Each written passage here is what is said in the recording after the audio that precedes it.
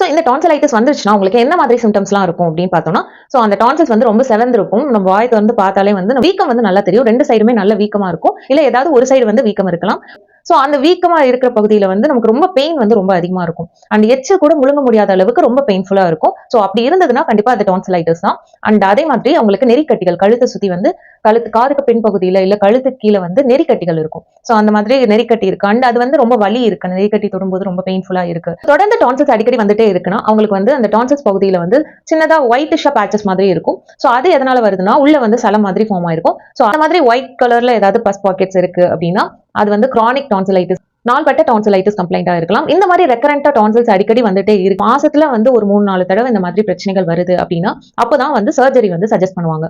So வேற என்ன மாதிரி சிம்டம்ஸ் எல்லாம் இருக்கும் அப்படின்னு பார்த்தோம்னா பேட் பிரெத் இருக்கும். ஒயிட் கலர்ல சில மாதிரி உள்ள வந்து பஸ் பாக்கெட்ஸ் எல்லாம் ஃபார்ம் ஆக ஆரம்பிச்சிருச்சு அப்படின்னா சோ அவங்களுக்கு வந்து ரொம்ப பேட் பிரெத் இருக்கும், ஆஃபென்சிவான பிரெத் இருக்கும். வாய் துர்நாற்றம் வந்து ரொம்ப அதிகமா இருக்கும். உடம்பு வந்து ரொம்ப சிக்கா ரொம்ப டயர்டா வந்து ஃபீல் பண்ணுவாங்க. காய்ச்சல் இருக்கும், தலைவலி இருக்கும். சில நேரங்கள்ல வந்து அவங்களுக்கு வாமிட்டிங், நாசியா வாமிட்டிங், வாந்தி வர மாதிரி சென்சேஷன் இருக்கலாம், வாந்தி வரலாம். டான்சிலைட்டிஸ் இருக்கும்போது முக்கியமா அவங்களால சாப்பிடவே முடியாது எதுவுமே.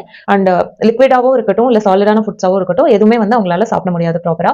சோ இந்த மாதிரி எல்லாம் சிம்டம்ஸ் இருக்கு அப்படின்னா உங்க குழந்தைங்களுக்கு வந்து டான்சிலைட்டிஸ் பிரச்சனை இருக்கு.